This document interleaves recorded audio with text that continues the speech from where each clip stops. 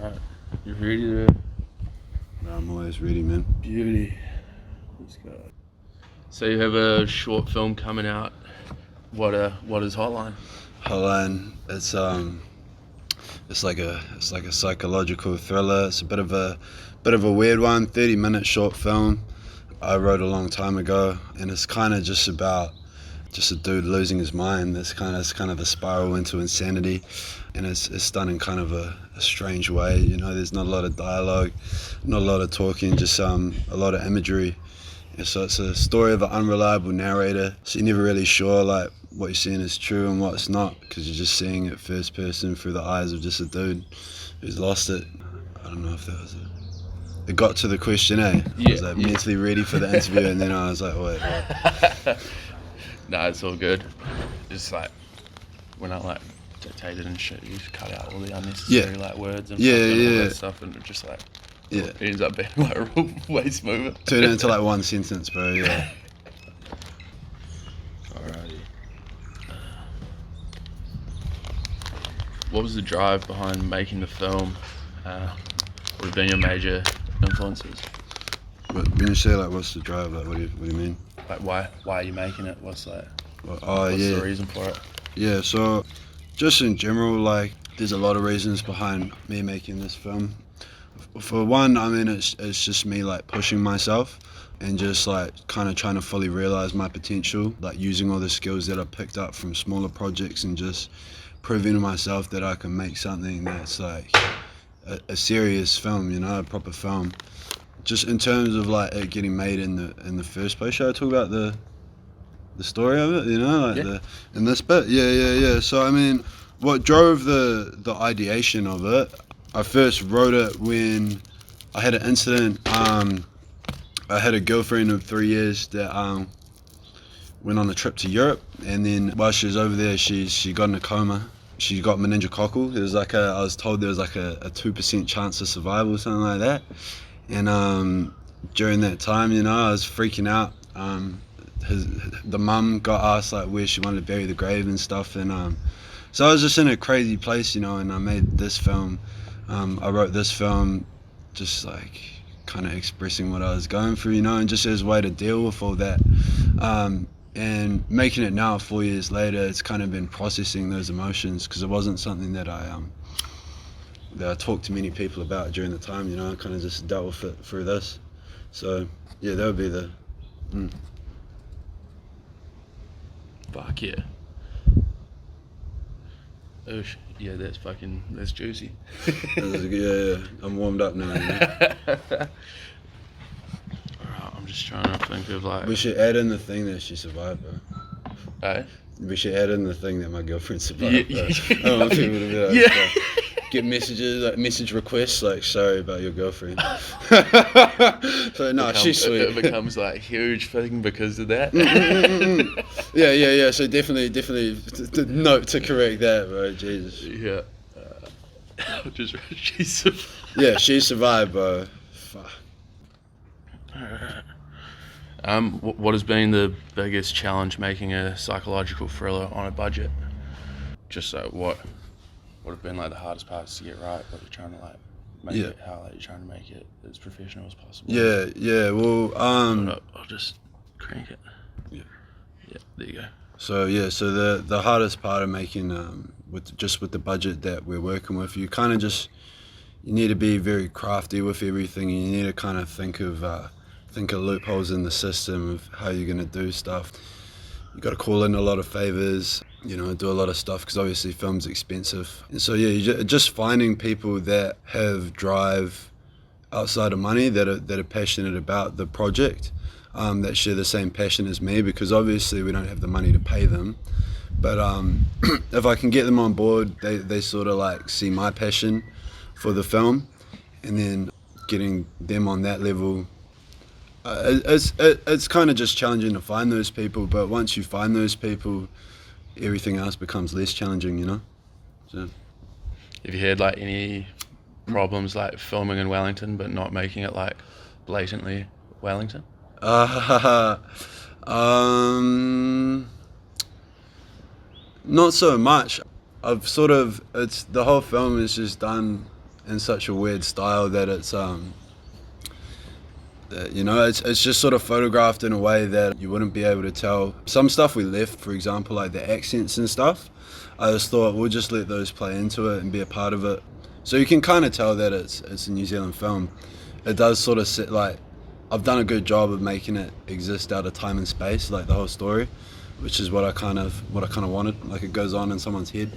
Yeah, because there's like that weird shit where just like, if you're from Wellington, just like, You know the spots. just the tiniest little thing, you're like, oh yeah, I know that place. Yeah. 100%. Alrighty, we're running now. What has been the most satisfying thing to watch come together? The most satisfying thing, probably just the editing process, seeing the edit done it. You know, once it starts sort of taking shape and goes from the script to the shooting to the end of the edit, it's a really satisfying process because particularly the editing, it just takes so long, you know, and it's such like a mechanical process. Having that done, man, for me it's a better feeling than having sex, you know. Like there's few things that really beat the feeling of just looking at like a finished edit that has taken hundreds of hours and it worked. So yeah, it's definitely a very satisfying part of it. Sure. I don't know if the readers will appreciate that one, but No, I'll chuck it in and see if the editors let it fly. You kind of touched on it before with like finding people who are passionate about the project, but who's been like pivotal and like helping you along the way to make this turn into reality? probably the most pivotal. So there's been two people that have been very pivotal, I'd say, in the process, and that would be the main actor Angus, and then my producer Jack. So Jack signed on to this basically in November or December. He's helped me fund the film, and he's been there through every step of the way. He's like my right hand man, does all the paperwork with me, does all that. He kind of fills in the blanks. So if one day I'm not feeling so good and I'm just not up to doing some of the stuff, then he'll pick up the slack. Vice versa. The second person would be the main actor Angus. Angus really caught my eye during the auditions just because he just had a level of excitement just about the film and just everything I was telling him. And straight away after the interview, we knew that was the guy. He's had a really active role in the film. He's actually written some of the stunts. He's helped us in the most random ways, like lighting, and he's always willing to lend a hand where he can. And then yeah, other than that, man, just all the crew's been really good. We had one dude, Ethan, who did the blood effects for us. He also doubled as an actor, and I think he's got the most deaths in the film. He dies about 4 times. So every time we kind of were lacking an actor or someone fell through, we'd just get him to jump in and like wear a different costume. So I got to give credit to him as well. The guy dying every 2 times, it's gold. So funny, bro. He dies in those brutal ways too. He's like Kenny off South Park, bro. Should add that to that as a note. Like Kenny. Literally. You've made other short films in a similar genre before. What keeps drawing you towards it? Yeah, I've sort of been operating for a while in sort of like a thrillery, horror-y sort of space. What I like about it is it gives you an excuse to be dark. People kind of accept real dark concepts and stuff as entertainment when it's shown to you in the framework of like a horror or a thriller, with like at the risk of sounding pretentious, like my artistic expression. I like to draw from a dark place because probably my outward persona, I'm not that much of a dark person, but I've got, you know, like everyone does, I got some stuff going on underneath the hood. It just gives me a good outlet. So yeah, the genre, for that reason, it works well for me, and I've sort of developed my own almost subgenre within it, you know. But at the same time, at some point I do want to branch out and do like just something completely different and whacked out, like a comedy, like a romantic comedy even, you know, or like a love story, or just something like completely 180. So yeah. Shit, yeah, I mean, I actually thought about that one before in the shower. Really? Yeah. Just like, why the fuck am I making these films? Yeah. Try run this one and see if it like, if you're into it, you're into it. If not, Yeah. then like, fuck it, we can bag it. How do you see your film fitting into the New Zealand scene? It's a good question. I kind of ask myself this question sometimes as well. I think it's good because it's a lot different from like sort of the general stuff that we see. Like it definitely has its own place. You know, like a lot of like the media's portrayal of New Zealand, it's very like sort of happy-go-lucky almost, or like we've got obviously like the Taika Waititi style of like humour where it's kind of silly. But yeah, I mean this sort of just shows like a different side of the coin, and I think just the mood of it does exist in New Zealand. Like obviously like there's like a dreary undertone of New Zealand, like we have our mental health problems, which is one of the main themes of the film. And so yeah, I mean it has a unique place. I don't know if like it's going to be like people are going to be receptive to it because it is so different, but yeah, it just kind of offers an alternative. Who's your dream Kiwi collab for any kind of creative outlet? Oh, bro, fucking Underwellies, bro. My boys at Underwellies, bro. That's my dream collab, bro. Once I work with them, I'm pretty much happy, bro. I can move offshore. But aside from that, someone I really like is an Auckland filmmaker, Connor Pritchard. He's like reasonably well known, and I don't know, I just really like what he does in every aspect, like the editing, the shooting, and he's a young dude too. He's younger than me. At some point, man, I want to get in there, work with that guy. Another guy that I've actually already done some work with is another guy in Auckland that does music videos, Jodo Valley. I wanted to work with him since I saw his first stuff, and now he's doing crazy things. Like I was telling you before, he's doing stuff with like Kid Cudi and Young Thug. So I'm hoping to work with him again in a heavier capacity than I already did, because I was kind of like a camera assistant almost, like on the shoot that we did. So those would probably be the three ones, and I've achieved two of them in some capacity already. So you know, we're making good progress. What's next for you after Hotline?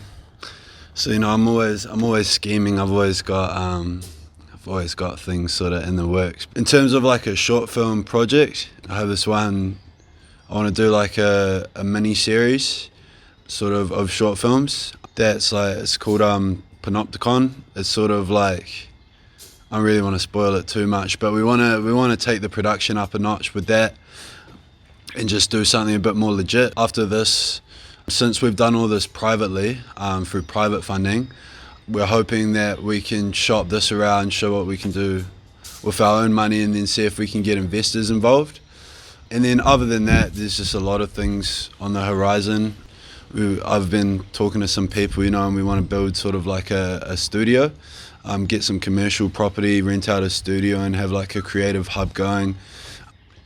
Yeah, at some point very soon, just after working on this film and seeing what we could do with limited resources, I've sort of got my confidence up, and I want to have a crack at a feature film very soon. So that would probably be the project after next. I've always had a vague idea of what I want to do for my first feature, so yeah, so that's probably the plan going forward. Lots of things in the works, you know, so watch the space. Cool, it's cool, man. Fuck yeah.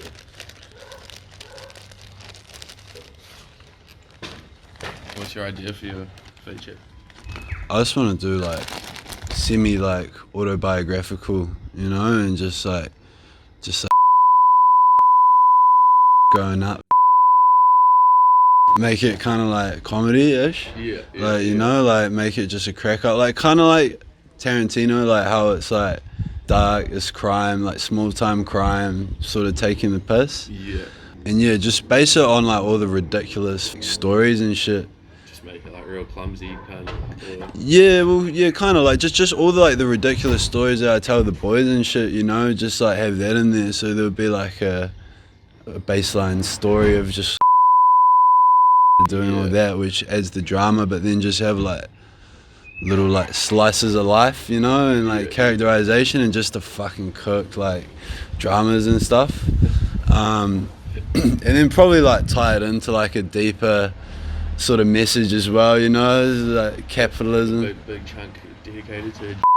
Yeah, bro, no, will definitely appear in that film, bro. All the ridiculous personalities. I might not even have to dramatize it, bro. You know, I might not even have to like take many creative liberties, bro. I've had that in my head since I don't know, bro, since like 19, bro. I've sort of like been recording this shit down. I reckon it'd be hilarious, bro. Like, I reckon cunts would love it, bro. Fuck yeah. Yeah, and then I have it like, be like the start would be like all funny and shit, and then it's kind of like good. You seen Goodfellas? Mm-hmm. You know how that shit starts out like it's like real fast paced and entertaining and shit, and then they all get on the coke and stuff, and then it's just like horrible. You know, you're watching like the dude scream at his wife and like all this shit, like a rise and fall kind of structure, bro. Yeah. So I haven't really found a way to like make it like properly like take shape into like a cohesive narrative form. You know, I've got all these bits and pieces, but because like there's a bunch of different like kind of versions of that like flow where you've got like the guy kind of like telling a story or whatever. Yeah, well, it'll be first person. Like when I do it, like it would be like narration, you know. It's a typical like I want to like do the typical structure of like the rise and the fall, which is like in crime genre, like that's the huge. Goodfellas is like the best example because it's like so cut and dry. You know, like you can almost map it out on a page. But yeah, bro, so that shit, that's the plan, bro.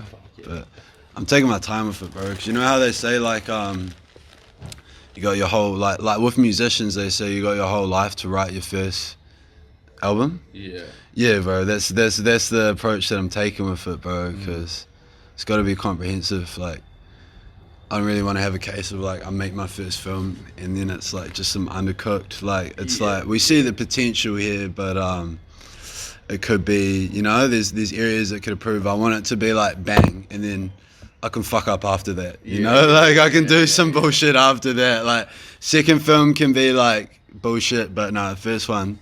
Yeah, that's why I'm doing all these short films, man. Like it's like that shit like fucking. Was it like Tarantino's first film, Reservoir Dogs or whatever? Oh, so there's one before that, bro. Oh, really? Yeah, it's called like My Friend's Birthday or something. Oh, right. I haven't seen it, but like the footage I've seen of it looks potato, bro. It's like Tarantino. That's probably why he like just refers to Reservoir Dogs. Yeah, that's why, bro. Same with Kubrick, bro. Kubrick made a film called Fear and Desire in like the 40s or the 50s, and bro, it was one of like the first independent films ever made, bro. Right. Which is very impressive, but oh shit. Yeah, it's not great, but it's still you can see aspects of it that are like impressive. Like his cinematography particularly, bro, is like really like oh shit, like you can see the Kubrick in it, but he hated it so much, right, that he tried to purchase like every copy and get them burnt and destroyed. Because it's just like yeah, pretty gnarly, yeah, bro, but I don't know, that guy is just a nutcase in general, bro. Like he's a brilliant nutcase, but like nutcase.